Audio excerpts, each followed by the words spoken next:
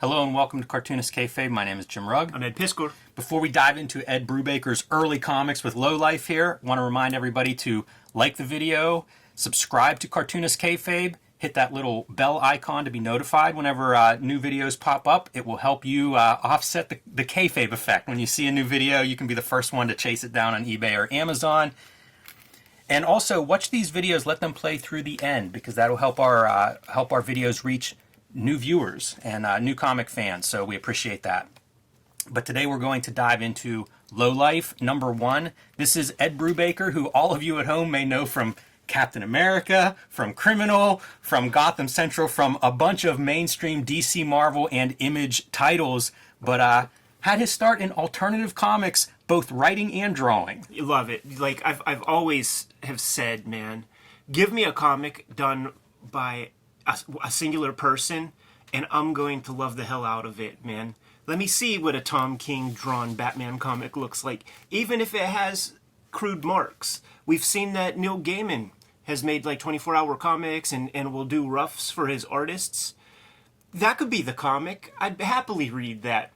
Even if you still want Todd Klein to do the lettering, that's fine. But it's just that singular vision is something that's so unique to comics, and I love seeing a person's kind of world view through their own kind of language when it comes to comics.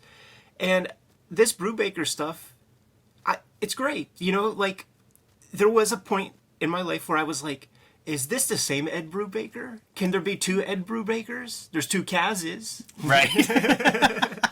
Yeah, you'd think Ed Brubaker's would be more common than Kaz.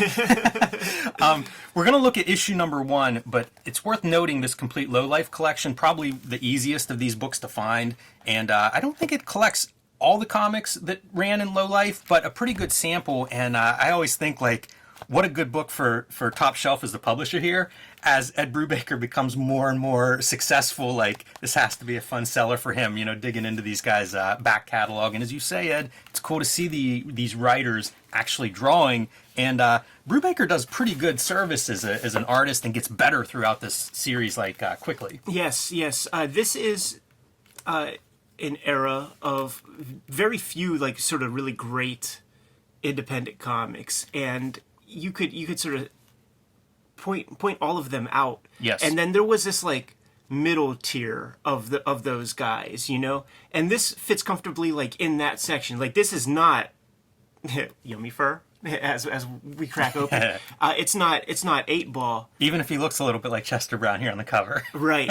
I mean, clearly an influence, but it's still, you know, it's better than what becomes the offspring of those comics with that like early 2000s navel gaze period of autobiographical comics. This puts way more real cards on the table than all that kind of stuff.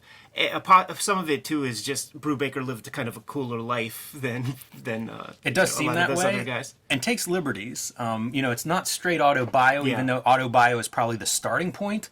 Kind of interesting to see some of the story evolution in that regard, because I always think of him as being like noir influenced and stuff, which makes for a very direct kind of writing, and I think works really well in comics. Testament to his success, but you see bits of that in here. Yes. So kind of fun to see those origins. First 2 issues, I believe, are published by Caliber Press, and then he splits with them and goes to Aeon. And Aeon, I think, they're based somewhere on the West Coast, but they publish some other alternative comics from this kind of 90s period. Stuff we probably looked at, but this one, cover art, 1990. Yes. You know, so ahead of that curve, Ed, or that saturation of navel gazing that we saw in the late 90s and early 2000s. This is definitely in the front of that, and we're going to see it in this story, even ahead of Chester Brown's autobio, chronologically. There's some thank yous in the complete Lowlife that kind of just illustrate sort of where he comes from. And this is an exciting thing for me, because when there's somebody who penetrates the mainstream but has reverence for actual good comics and good cartoonists, you want that guy working in your medium, and you want that guy working in your mainstream medium, part of the medium, to try to like influence that a little bit. So here are some of the call outs that he's making, man. First, Harvey Picar Hernandez Bros, including Mario, because Dos Bros is not Los Bros. Eric Shanower, who's a guy who went from the indie circuit and went to like Marvel, DC. Jason Lutz, John Lewis, Tom Hart, Dave Lasky, Megan Kelso, James Sturm, Julie Doucet. So up to Julie Doucet, a lot of those, and not all of them, but a lot of them are that Seattle-based, like they did some time in that Seattle area. Yeah. I think that was a tight alternative comics cartoonist circle for a while, like a hot spot of cool cartoonists in one city. Yeah, and there's other spots where he's calling out, Klaus and those guys, the best of 1990s comics. All right, so he starts out with this kind of intro, and it's just, I don't know, outline a little bit of his background of getting into making this comic. And I was under the impression reading this that he had actually done a comic at SLG at Slave Labor, but I could find no proof of that. Okay. So I don't know if he might have had something in the works that didn't end up being published, or maybe had done some anthology work for them or something along those lines. But nevertheless, he's making comics almost in this slacker time period where there were a few people working in this direction. Yeah, certainly below the mainstream radar, but active nonetheless. Julie Doucet's an interesting name in your thank you list because that's mail. People were exchanging mini comics through the mail, and a number of cartoonists I know of that did that, and some really good ones like Julie Doucet. So June 1989, and Mondo Low Life is the beginning of the story, and we're just going through the day-to-day existence, right? Working a crummy job, fighting with his boss, having a bad attitude, and looking like Chester Brown. You can't ignore this because that's kind of what this first story is going to get into. Yeah. This first story, does it have the Fantagraphics interaction? A little bit, yeah. He talks about he was making these comics, and he would make them as mini comics and go to San Diego Comic-Con and send them off to whoever, including Kim Thompson. So he had some interactions with Kim Thompson, the co-publisher of Fantagraphics at the time. Mostly encouraging, but also noting there's some similarities with Chester Brown's comics in your style. So that's my first interaction with these Low Life comics, and that's my first indication that there might be two Ed Brubakers out in the world, because I knew the popular polished comics writer Ed Brubaker at that time, and I was just grabbing old issues of TCJ. And I think it might even be the one with it was like a Matt Groening interview with the Bongo or whatever on the cover, great green cover, and there's a little snippet of the Chester Brown, page or strip or whatever that shows off Kim Thompson and whatnot, and that's when I'm like, is that the same Ed Brubaker or whatever? But making fun of the sort of similarities or whatever between Yummy Fur and his own comics. The other person this reminds me of, and you mentioned it as a thank you, is Jason Lutz, who did Berlin and has like a very tight style. And they I believe, teamed up on a one-shot called The Fall that would have been like maybe in the late 90s or mid-90s. But just in terms of, rendering and drawing, like very tight lines throughout this. Here's the thing, like his compositions are on point. And I think one of the things that I respond to the most when it comes to a writer who also draws is they have a very good sense of what can be accomplished visually in a comic page. It's a good skill for a comic book writer to have. Brubaker disappeared from Twitter around when I started X-Men Grand Design, and we were in touch just in DMs and stuff there. And I remember like the complete Low Life is meaningful to me. Like I like these comics a lot, and I'm like, is there ever a possibility of you ever drawing a comic again? And he's like, not a snowball's chance in hell. Like I'll just never do it again. I think those guys have trouble whenever they have like a Steve Epting or Sean Phillips drawing. Like it's really hard to think like, yeah, maybe I'll draw one in between those two. It's like that's impossible. I linger on this page just because this is Mondo Low Life. This is sort of the snapshot, a day in the life or a couple days, shown where he lives and his roommates. And he's in the kitchen. They're fighting about who takes out the garbage, and the dishes are piling up in the sink and stuff. And he hears this noise, this like crackling sound, and he's looking around for it. What's going on? What is it? It's the sound of maggots moving around in their trash. I had a couple of friends, man. And they had there wasn't somebody around the house who had the clean gene. Yeah, that could be rough. I had some dirty roommates in college, and that's not. You got to be careful. You do need that clean gene in there.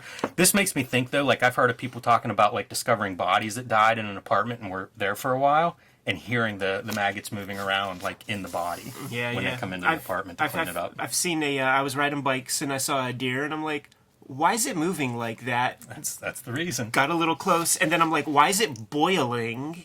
Got a little closer and I'm like, oh, that's just a lot of maggots. Yeah. All right, so this is like a one-man anthology. I think there are 3 short stories in this first issue. This is your good man Chester Brown, so a little reference there, of course, to Charlie Brown, and going through his experience of being compared to Chester Brown, who would start doing auto-bio comics in Yummy Fur right around this time, maybe a little bit after this. So Ed Brubaker's mad because like he's doing the auto-bio stuff just 6 months ahead of Chester Brown, but getting compared to Chester Brown. And there's your Kim Thompson reference, Ed. That's the panel. So publisher Fantagraphics, of course, everybody would want to be published by them, you know, if you're an alternative cartoonist, and doesn't quite get the deal done. And it comes up, you know, it looks like Chester Brown.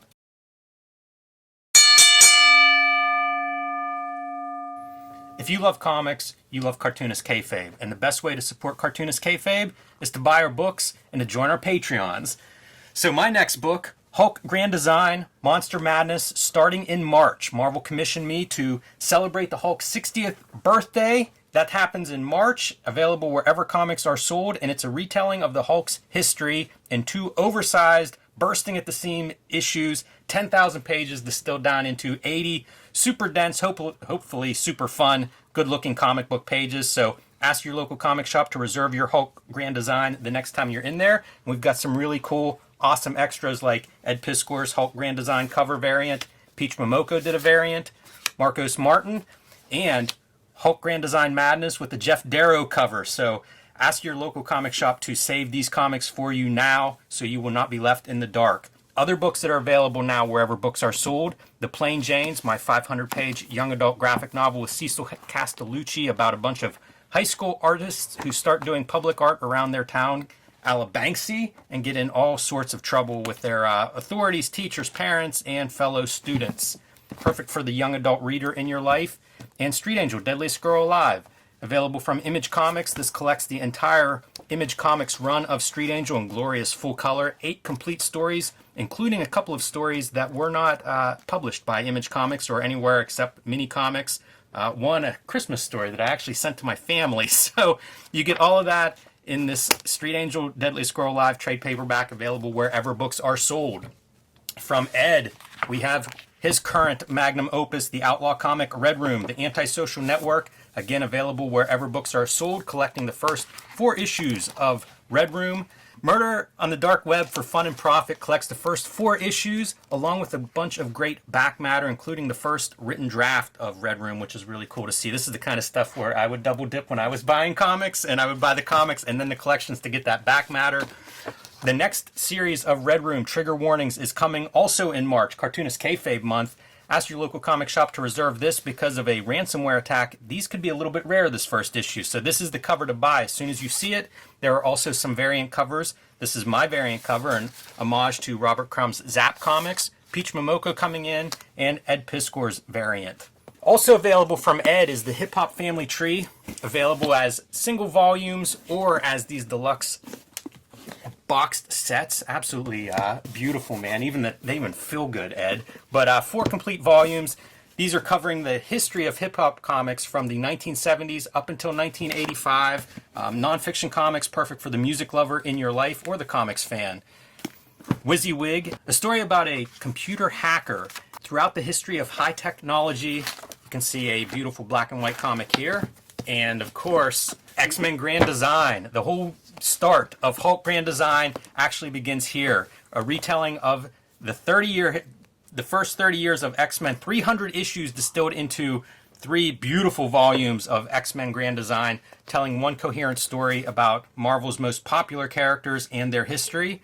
And again, available wherever books are sold. You can join our Patreons at the links below this video. Now that we're done paying the bills, back to the video.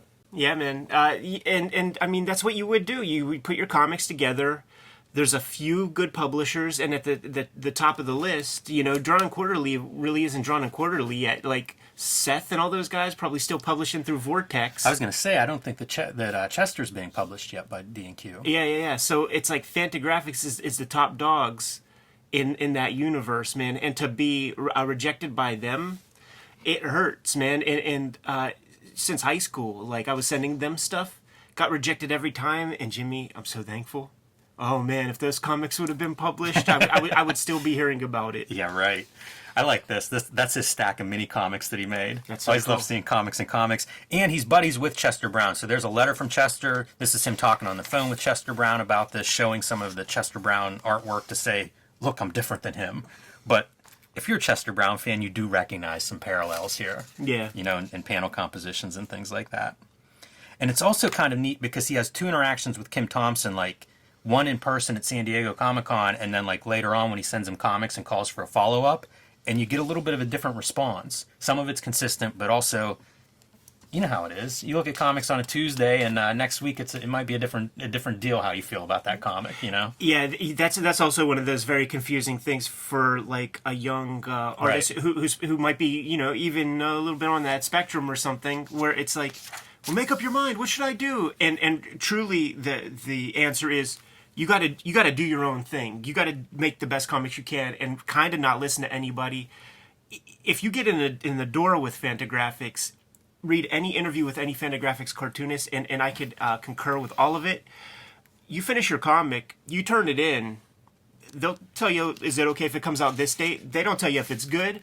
They don't tell you that it's bad. When you're welcomed into, you know, the La Cosa Nostra, like you're part of the family, like you're in, you know, like that's the only approval that you'll ever get from them. Yeah, right. A lot of backgrounds in this stuff. I saw I think it's in one of these later issues, Dave Cooper was staying with him and drew like his apartment. I guess Ed was at work or whatever. And it reminds me now, like whenever I see all the backgrounds and stuff, like it makes sense why a young cartoonist does auto-bio stuff. Because it's I don't want to say it's easy, but it's stuff around you. Yeah, and frankly, you spend so much of your time learning to draw in your early life that you didn't do anything. You don't like write what you know. All you know is what you've been doing. You don't know anything else, man, because you didn't pay attention in English class and shit like that. You know what? I should also mention. This is Chester Brown's on the phone, and he's saying that Seth saw Lowlife and said, "This looks kind of like your stuff, Chester." Yeah. I love it because it's almost name dropping, right? Yeah, I saw You know? Hernandez brothers mentioned. Yeah. So it's kind of fun if you're a longtime comics fan, alternative comics fan, to see this stuff. So this is the story that he's talking about in the previous story. Last time Tommy went to a nightclub, and it's a 1989 date on that one. Tommy is his character's name. And this is, again, like how it deviates a little bit from, say, a traditional auto-bio comic. And I think it deviates more and more as he's like going through the Low Life series. Yeah, certainly hope so. Because this Tommy gets involved in dealing with some meth and shit like that, and taking it, and you know, it's pretty hardcore. Yeah, there's some bad behavior for sure on display. So if you step away from auto-bio, maybe it frees you up to have some of this bad behavior. It's a great piece of plausible deniability, man. So it frees you up in as much as, like, you know, somebody calls you out on some shit. Listen, that's the fictional part of the game. Very smart, very wise. He stumbles onto this mural that's being, like, you know, live painted, or whoever paints a dick on the thing. Dude. Right in the middle of the page, of the comic book page, too. So well done. Good instincts there as a cartoonist. Hanging out in CMU, like, in studios, like, super late at night, 3 a.m., when the cleaning crew's coming through.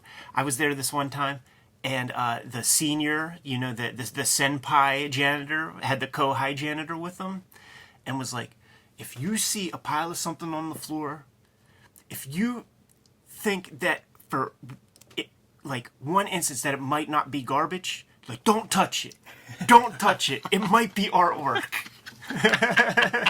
You know, because they're total Pittsburghians are dudes. You know what I mean? Like, if you see a pile on the floor, like, only take out the stuff in the trash bags. How many art students must have lost art projects because the garbage it was thrown out with the garbage? It had to happen one or two times, man, because it was something that was stressed. That's so funny. That's so funny.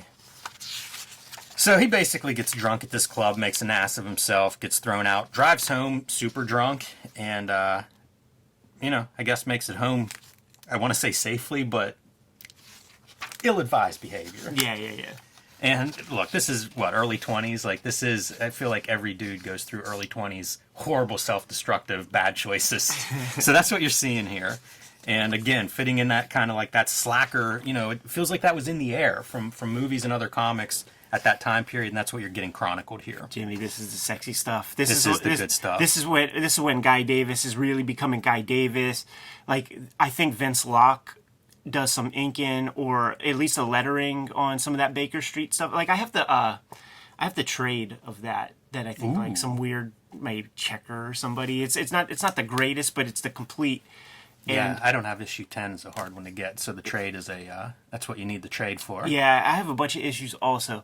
A couple of shout outs over here. Dark Horse Presents number 50 is running a collaboration that he did with his friend Mike Christian. So, like, you know, you can see that progression of trying to get into comics, right? I wouldn't say desperate, but I mean, like, trying to get into comics, however it works. And Dark Horse was one of those choices at the time and has gone on to do a few Dark Horse Presents stories back in the day. And then his list of comics everyone should read. And I'm going to read these because it's not very long, but it shows you what alternative comics were in 1991. 8-Ball, Hate, Yummy Fur, Yahoo, Jim, American Splendor, Love and Rockets, Unsupervised Existence. I don't know if I know that title. Cerebus, Drawn and Quarterly. That's when that was their anthology. Yeah. So early days of Drawn and Quarterly. Graphic Music, Mike Allred. Any of Crumb's Weirdo Stories, and anything you can find by Joe Matt.